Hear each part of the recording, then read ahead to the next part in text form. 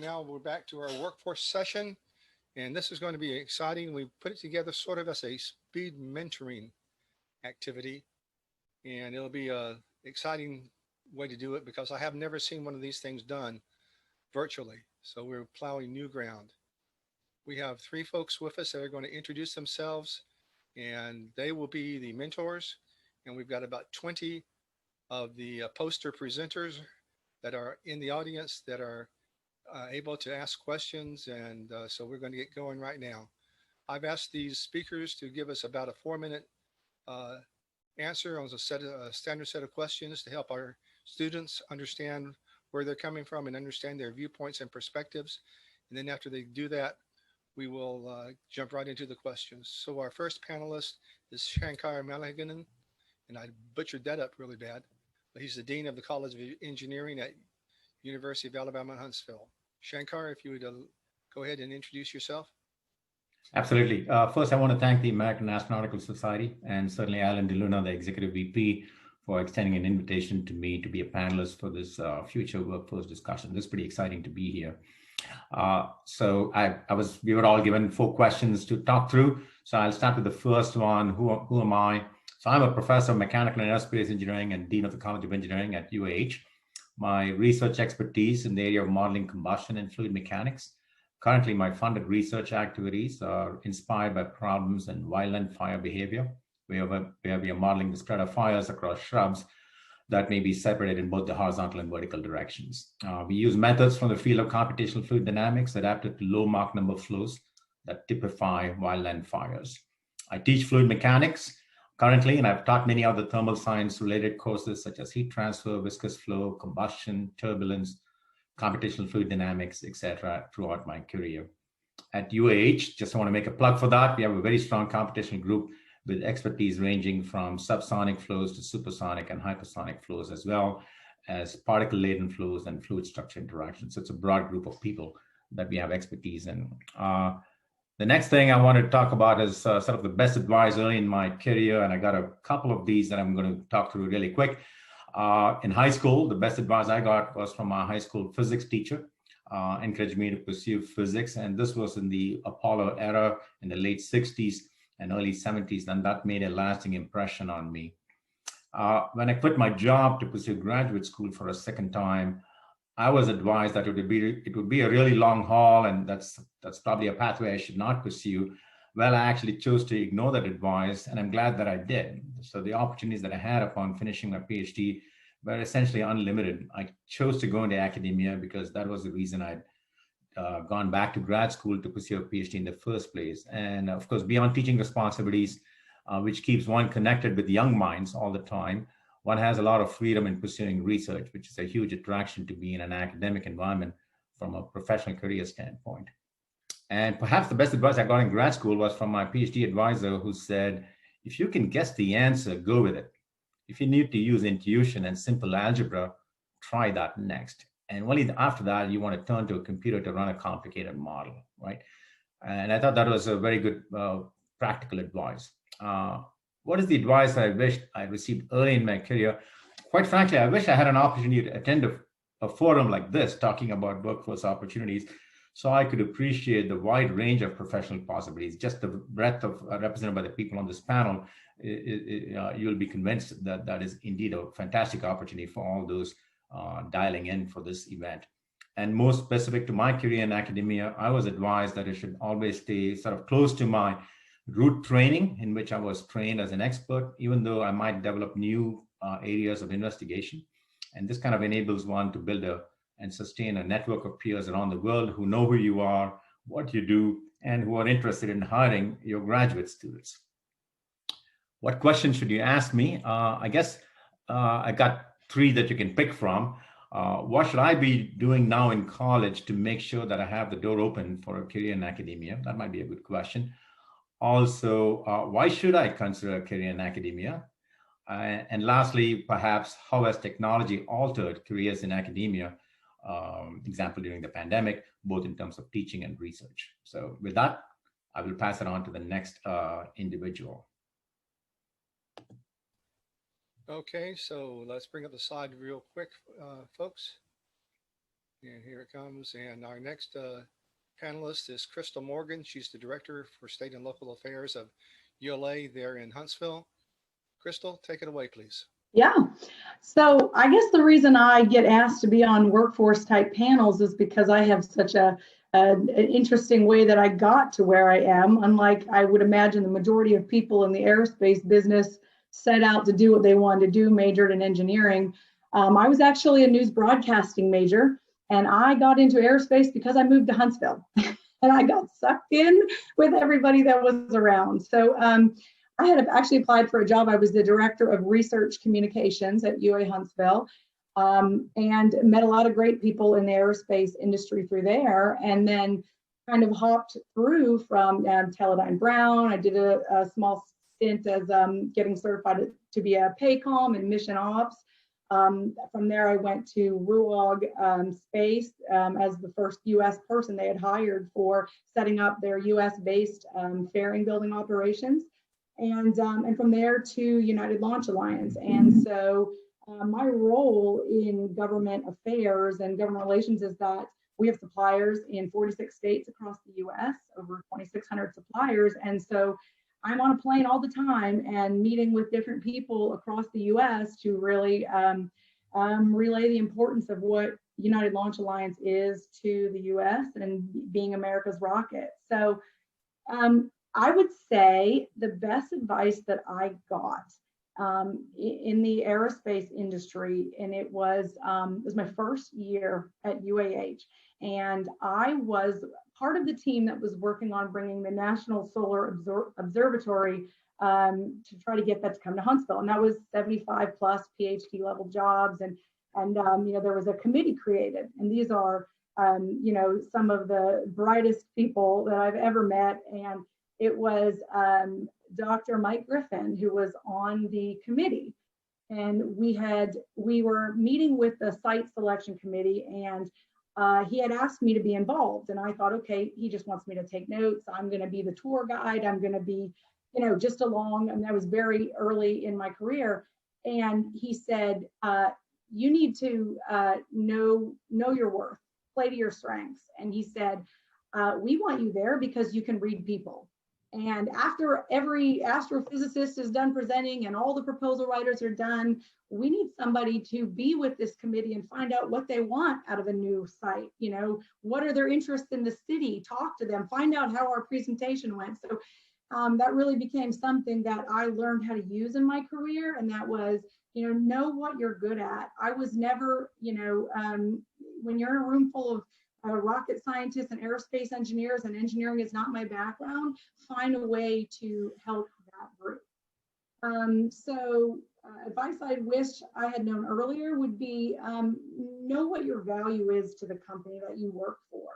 And maybe this early on in your career doesn't so much apply. I mean, in the beginning, maybe you need a paycheck, right? But I mean, as it goes on and you start to develop your worth, start to understand what it is that you bring to the table, and then find a company that needs to fill a role that you can fill. And so, I'm not saying job hopping and we don't want to do that, but it took me a few different spots to find out. And, when I came to ULA, I worked for two very empowering leaders, Tori Bruno and Robbie Sabatier, and they needed someone in my role who could interact and connect with people fairly quickly all across the United States. So it's been a good fit. And then the question I would say is, I think people should be asking, how do I find a mentor? Because I think that for the younger audience, I think what we're finding is you're going to start seeing so many people retiring. We always talk about how we backfill these jobs. And when I was with RUAG, one of the roles I was involved in was, kind of the hiring aspect in the beginning. And you start to get into these interviews and you realize, they're not all quality applicants that come through that door and show up. You need to find a mentor who sees what you're worth and then wants to guide you. So I would ask, how do I help find a mentor? All right, wonderful, Chrystal. So next we have Bobby Watkins. Bobby Watkins is the manager of all human spaceflight development activity at NASA Marshall. So Bobby, why don't you come ahead and give us the answers to the questions? All right. Hey, Alan, thank you guys very much. And thank you, AAS. It is truly my privilege to be with you today. Very exciting times when I think about my 30-plus career here at NASA. Actually, this is my last week with NASA as I officially announced my retirement about 2 or so weeks ago. So very exciting times, but also very scary times. So it's really my privilege to be with you guys today. As Alan mentioned, and Chrystal kind of talked about this a little bit too, I run an organization called the Human Exploration Development and Operations Office. And one of our primary roles is to provide 24/7 payload operation support for the International Space Station. Chrystal mentioned PACOM. PACOM, that's one of our lead positions there on console. And these particular individuals have to communicate back and forth with the crew on a day-to-day basis. So we interface with principal investigators and scientists and researchers from all over the world, 60 different countries, doing science on board the International Space Station. And I'm very proud to announce next week, the first week in November, we will have had 20 years of permanent human presence on board the International Space Station. And that is just a huge achievement for the work that we do across NASA. With all of the commercial crew work, with carrying out supplies to living crew as well. You guys may have heard about the SpaceX launches. We get involved with all those particular aspects in my particular office with making sure that we understand some of the characteristics of their launch vehicles, as well as my office, we get involved with some of the what we call future exploration systems. Everything from having a gateway that would be a gateway to the lunar orbit to actually having permanent habitats on the surface of the moon. So my office, we get involved in all those aspects, a very broad perspective when it comes to human space flight. When I think about some of the best advice that I got early on throughout my career, started my career at the Johnson Space Center in Mission Operations. Very historic, very privileged organization to be in. I had the privilege of being there when Gene Kranz was the actual director for mission operations. But one of the things that really helped me throughout my career is that I was really challenged a lot in operations and throughout my career, and that was to step out of my comfort zone. Step into those organizations or step into those projects, those areas where you feel most comfortable. Once you get to a perspective and you start learning all the characteristics of the job, to me, it's always good to go challenge yourself again. That's what keeps you going to the next level. And that's one of the things I mentioned earlier about me retiring here in the next couple of days. This is another stepping out of my comfort zone because I've been with NASA so long. It's just time to go try something different. So continue to do that. I think that would serve you well. But that's some advice I got very, very early on. And that advice allowed me to work at the Johnson Space Center through mission operations to the shuttle program, and even carried me to NASA headquarters for a few years. And now I had the privilege of working right here at the Marshall Space Flight Center, where I lead one of the largest program offices there at the Marshall Space Flight Center. The next question, what are some advice I wished I would have received early in my career? I think Chrystal kind of talked about this as well as the previous speaker, a mentor. Having those mentors early on. I probably had some mentors early on, but I didn't realize they were mentors. But these are the individuals that become very helpful throughout your career. And even as a student, I had a lot of people that really pushed me. They kind of tapped me on the shoulder about different activities and things that I probably wasn't thinking about. But having that community of people around you, in some cases it may be family, some cases it may be your professors, in some cases it may be your colleagues or people that are also in school with you. But people that will kind of pull you to the side and actually have you thought about doing X or have you thought about doing Y? You know, different aspects just to give you a different perspective to allow you to really stretch yourself to do some things slightly different to get some different results. I've been doing that throughout my entire career, and I think it really started when I was in college. but it really carried on as I went on to my NASA career as well. But be willing to step out of your comfort zone. If you get an opportunity to do something different, don't be afraid to do it. And then last question that I'll talk about a little bit. What questions should you ask me? The question you probably should ask yourself and ask me would be, how many times have you failed throughout your college career or throughout your personal aspect of your life or even your professional work that you guys will be moving on here as you guys become the next generation of explorers for NASA and other aerospace companies and other businesses across the globe. So again, failure, that's nothing to be afraid of. You got to make sure when you do find yourself in a situation where things are not going your way, that you understand that, hey, you are still the individual, that your parents or that you've been raised and have certain characteristics and things that you stand by.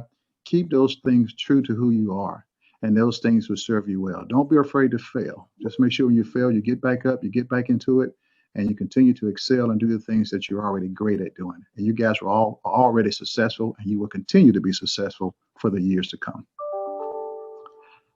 Thank you, Alan. I think that's all that I have.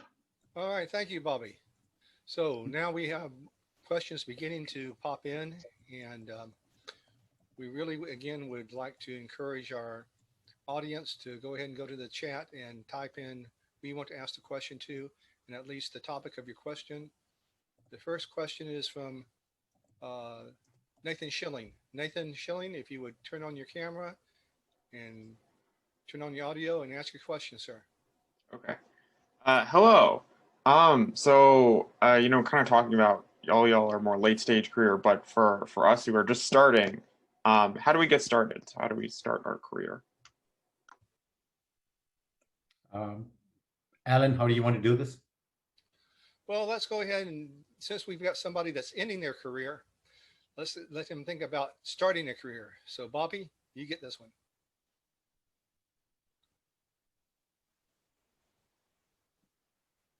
Hello, Bobby. Alan, can you guys hear me? There we go. Turn your camera back on. Just leave it on, please. All right. Should be on here. Give me 1 second. There we are. We got you. All right. So I'll tell you, for me, it was kind of interesting when I started my career. I knew I was very interested in public service, and based on I had a brother that worked for NOAA, which they get involved with the weather services and things of that nature. And then I had another brother that worked in private industry, and another sister that was one of the professors there in our local community. But the thing that really jumped out to me was my brother who worked for government. He just seemed to have a different appreciation for public service.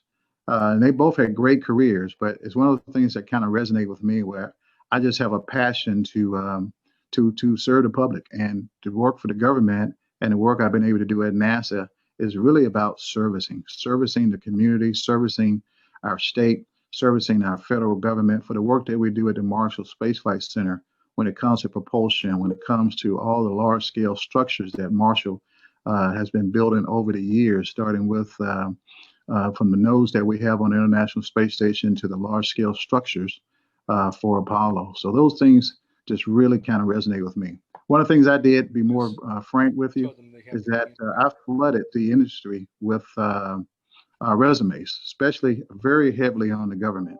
And those are the things that kind of helped me get started with the government. So very thankful to be here where I am with NASA. And again, just really sent a lot of resumes and got a great opportunity to start at the Johnson Space Center. All right, Bobby, thank you, sir. Now we have Nathan Morris, who is ill. He just became ill and he's coughing so much he can't ask the question. So our previous Nathan Schilling, has volunteered to ask the question for him. Mr. Schilling. Sure. So Nicholas's question was, what advice do you have for getting ready to leave graduate school and to continue working in the same field as your research? Basically, how do you ensure that you get a job in a similar area to whatever area of research you have? Let's go to Shankar for that one. That's a great question, Nicholas. And I think, first of all, I think you got to keep in mind and be prepared for this as you navigate your career, whether you go to a national lab, whether you go to a university kind of academic environment or work in industry. after your PhD dissertation work is done, is you want to be flexible in terms of how things evolve, right? So, for instance, at the time when I graduated, my field was really hot at the time I entered graduate school. But the time I left graduate school, the funding in that area was dissipating. So coming in as a professor in that area was really hard. And so I had to find other areas of interest that I could be involved in using my expertise. And believe me, with a PhD degree or that you might be finishing up with, you have a lot of skills to offer. So being open-minded and flexible is probably the best advice I can give you, and look for opportunities in closely related areas in which your expertise can play a role, and look for people, collaborators that you can work with, whether it's an industrial setting or an academic setting. Okay, great. Thank you, Shankar. As we're waiting for some other questions, I've got a couple for our folks here. Chrystal, you talked about a different path, someone doing a different path. Now, my memory back of when I started working was that we engineers, the new engineers, looked down upon anyone who did not have an engineering degree. We had 30 engineers in a room with one secretary. I quickly learned that the secretary was the boss. So, Chrystal, will you address the challenges of working in an engineering dominated profession and not being an engineer? Yeah, I mean, I did run into that. Actually, just moving to Huntsville, right? Your kids are on the soccer field, and people say, "What type of engineer are you?" They don't say, "What do you do for a living?" I'm going, "Oh, yeah, I'm not an engineer." I did struggle with that a little bit, and that kind of goes back to the great mentors. I mean, I worked with Dr. John Horak and Dr. Tom Koshut at the university. And they included me in everything. They took me to their meetings and, had me sit in and, really included me. And one thing that John used to do is he'd wait and he'd watch how people interacted, and he wouldn't say anything, wouldn't have me do anything. At the very end, and we could be in business development meetings determining who we were going to partner with on a proposal, because I later worked with him at Teledyne Brown as well. And he'd wait to the end and he'd go, "Well, Chrystal, what did you think about that?" And so he would make sure people knew in the room that my opinion mattered and that he appreciated what I said. So that went back to the mentors. Another thing I did do, though, I had to take a step, I don't want to say a step back, especially to the group on here. I didn't want to go into mission operations. There was a leadership change at Teledyne Brown, and it was actually Dwight Mosby who said, they could really use you in this PACOM role. And we need better, I've heard your voice doing things. I've heard you interact with people. You should try that. And I didn't really want to do it. I mean, it was late hours. You're in the middle of the night working in speaking, in at the ISS or talking to people in the ISS. And it was John who said, that might be your way to get street cred. You're not an engineer in this town, but it'll give you the opportunity to say, I know what it's like to work in mission operations, and I can complain with people about how backed up the gate gets on the way to the arsenal. I mean, it became a way to, I really did learn a lot. I was only there about a year. And then people say, but you're going to get to talk to astronauts. I said, yeah, I want to talk to a lot more people than that. So it was kind of something where I had to say, I'm going to take a job that I don't really love for a little bit, and then that's going to help me kind of make it so that engineers can say, okay, she understands what we're working with here. And then the last thing, not to talk too much, but I would say I never try to, claim that I understand how a rocket, pointy end up, right? I mean, I've obviously learned a lot more since doing this, but what I try to say to people is I'm not going to try to, understand everything, but I want to make what you do accessible to the people that can help fund it, to the people that can help get the laws passed that we need to make sure that you can launch it. And so, that kind of became the way that I handled the non-engineering degree. Thanks, Chrystal. Now, Bobby, know you a little bit. I know you've moved around a lot in your employment. Talk to us a little bit about when you tell your bosses, I don't want to move, and when you jump at an opportunity to move? How do you make that kind of determination? Alan, that's a great question. So I think about when I got ready to leave mission operations when I started, had been in the organization, was doing fine or doing great in the organization. And he had hired me to be one of the young people, as well, a handful of us that came in to be some of the fresh outs in the organization at that time. So they were really trying to groom us to go on to be flight directors or flight controllers, et cetera.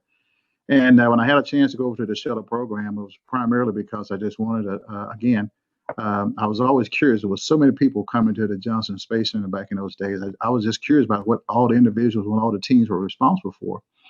So one of the things I made sure is I went back and talked to my supervisor and basically say, hey, I have an opportunity. I'd like to go pursue this, but I think this will give me even a better understanding, not just what we do in the shuttle program, but also a better understanding of how mission operations support the program. So it's important that you don't burn any bridges when you're into those type of relationships with your bosses or your supervisors or your organization. And then when you get an organization or you get an area where maybe asked to go do something different, but you know this is not the right time or opportunity you want to take. Again, I think it's important that you go back to the overall relationships and talking to your boss or the person who offered you the position is really be as frank as possible, but also being honest to say that you know this is a great opportunity, but based on whatever it is at that time, it's just not a good time or good fit for you and your family at this point in time, or it's just not something that you want to pursue at this particular opportunity. And just make sure as you're having those discussions that your current supervisor, your current manager is aware that you're talking about these potential new opportunities. And if it's something you don't want to do, go back to the person who offered you that position and just make sure you're clear with them. Hey, it's a great opportunity, but it's just not a great time for you. Thanks, Bobby. You've been around enough and moved back and forth enough. They probably have your name on a moving van. You're close, So, pretty much. pretty much. Shankar, from your unique perspective, and um, talk for a minute about the advantage. And the reason I'm asking this, and I'm kind of thinking as I'm going, the reason I'm asking this is, you know, we did have 8 different countries represented in our student poster contest this year. And that's amazing. Can you talk a little bit about the advantages and disadvantages of going off and getting a little bit of international education as opposed to staying in one place in one country? That's a great question, Alan. You know, I obviously benefited. I did my undergraduate degree in India, and then moved to the United States for graduate degree, and living here for the long haul. And then being part of the educational systems at the universities, at several different universities that I've taught at, I think increasingly, and this is probably a cliche, but increasingly the ability to work with a wide variety of people with different skills, and like Chrystal mentioned, you know, realizing if you're in a meeting, if you're part of a team, that every individual has something to contribute, and recognizing that is absolutely vital as you move forward. And I think one way to get that is certainly opportunities for going abroad, whether it's even for leisure purposes. It can be very educational, but certainly if you have an opportunity for visiting research labs or visiting companies, doing business abroad, I would say taking advantage of that at a relatively young age, early part of your career, because later on life happens and you have some constraints in terms of how much you can travel or cannot travel. So certainly early part of your career, you certainly want to take full advantage of that. And the learning is, you know, there's tangible learning, and then there's some of these intangibles that come through that conversations you might have with individuals abroad, learning about cultures, learning about how society functions in different parts of the world, can be tremendous in working with partners. And I'm sure that's true. I'm sure both Chrystal and Bobby would attest to that based on their own experiences as well. And that's, you know, certainly true. And Shankar, my son went to university in the United Kingdom, and the different version of education is great because you get to see things done in a very different way. So, Absolutely. Chrystal, when you were talking in the beginning, and you talked about mentors, Bobby started shaking his head up and down, almost like up and down and up and down. Remember the movie Rise of the Guardians? Well, let's talk a little bit about the rise of the mentors, and maybe in 1 minute or so, can you tell us why you think mentorship has become so important nowadays, as opposed to its almost non-existence 10 or 15 years ago? This to me or to Bobby? It's to you. Well, I mean, we've talked about, the high levels of approaching retirement age. And I think you've got so many people that have dedicated their life to working in this industry, and they don't want to see it falter. They want to help people. Maybe it's just out of goodness. I mean, the older I get, the more people I want to help out, and, constantly trying to find hardworking young people right now that, want to learn and show up every day and have a positive outlook. And, I think people do want to help, and they want their life's work, I guess, to be passed on to somebody else. I mean, it was actually, not to quote another person I worked with, but it was Rex Jeviden who one time said to me, he goes, "We spend more time with the people we work with than our family." And so you want to be around people you like and enjoy, having dinner with and enjoy spending time with. And so I think, finding a mentor that is excited about the industry and excited about what you do, that I think that can be fun too. So I hope that answers that. No. That's great. Thank you very much. I know these are cold. These are not pre-planned and packaged questions. These are cold to these folks. The next one is for Shankar, and it's from our program chairman here. And it's for your students.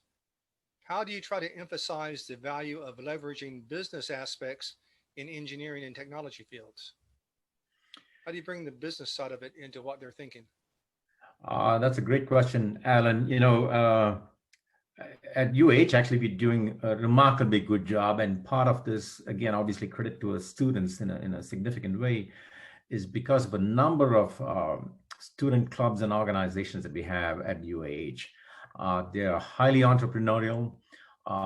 They also have a mentorship system within the student organizations, believe it or not, with the upperclassmen mentoring the lower division classmen.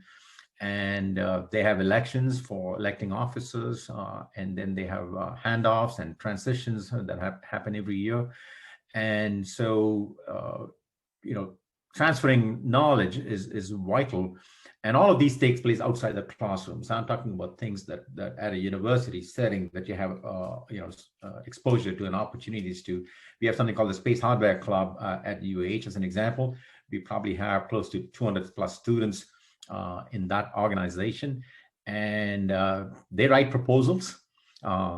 They get their own funding, and they come to me as a dean for only some additional monies that they might need for supporting their projects. But they actually build real hardware, test it, and launch them, and go back and retrieve them. So it's training ground for really how to work in a workplace, right? So it's a tremendous training ground. So I think some of these networking opportunities that you build as part of this, they also have advisors from local industry, and being in Huntsville, we are so fortunate that we have a number of working professionals who are willing to engage with our students and provide them some advice. So there's a whole host of opportunities, and every school is a little different, but taking advantage of those opportunities that you don't earn a grade for, but it's absolutely vital for you to be successful in, is the way to go. Thank you, Shankar. Now, Bobby, you talked about balancing life. How do you balance work versus non-work? When I was beginning, my work was my non-work. It was my recreation. So what do you have advice to students today to avoid becoming totally buried in their work? Hey, great question, Alan. Again, I think when I first started my career, I was all in. I mean, I wanted to be a part of everything, whether it was work related, all the different documentations that we had to review and make sure everything was properly configured for the control center. So that took a lot of my time. So I spent a lot of time just work and work and work. And then we had social activities. And of course, I'm one of those types that really, really enjoy a great social activity as well. But then you find yourself where you just really just kind of just focused in on one particular area and becomes just work. And then you realize, you know, as you get somebody else significant in your life, or you get married, or you have a significant other, etc., things kind of change a little bit. And you got to make sure that you save a little time, a little energy, I should say, and time when you come home to your significant other. And I remember my wife years ago said, you know, you come home every day and you're completely exhausted. And you know, you don't want to do anything. You don't want to, don't want to go out to dinner. You don't want to hang out with friends. You just, because I would come in, I'd be completely drained just from the day of activities and weeks of activities and months of activities. It was that same routine. And I think that's when I realized that it was time for me to take a step back and really try to get more of a balance of the work life compared to my home life and then my social life. Again, I'm not one to shy away from a good social event. So I love hanging out. I love being around friends, but you got to be able to find that balance of, hey, focus on work, but also focus on family. And then I would say over the last few years or several years here, probably about 10 or 15 years, also give back to your community. Be a part of the community and be a part of different boards and activities and things that are going on. Uh, UAH, we do a lot of different reach out with UAH. Shankar talked about that. And I tell you, I can't say enough about Chrystal. I'm just impressed with the panel, Alan, that you pulled together, because I look at Chrystal Talk, she could be a walking billboard for my organization. And again, it's just been phenomenal to kind of make sure you get that balance and then meeting different people and doing some different things to make sure you get a proper balance between your work life, but also make sure you carve out time for yourself and your family and your community. So that's very, very important. And what you have to really do is just say, some of the late activities, try to make sure that you set some constraints on your time, that you still got energy and ready to go deal with family issues or family concerns or just family fun. So that's what it's all about. All right. And I think that's a good way to end it, talking about how to balance all of our lives together. Thank you guys for being on this panel. I think it's been more than I expected. It was a great experiment. We'll try to figure out ways to go off and make the experiment better next time. But really, this panel has been outstanding, and I learned a lot from listening to all of you guys. So thank you very much. And now for our listeners, we'll come back in at the top of the hour for the NASA administrator. He's on live with us, and so he's been telling a lot of things, a lot of new things in the past few days. So maybe we'll learn something new from him here. So thank you very much. And we're signing off until the top of the hour.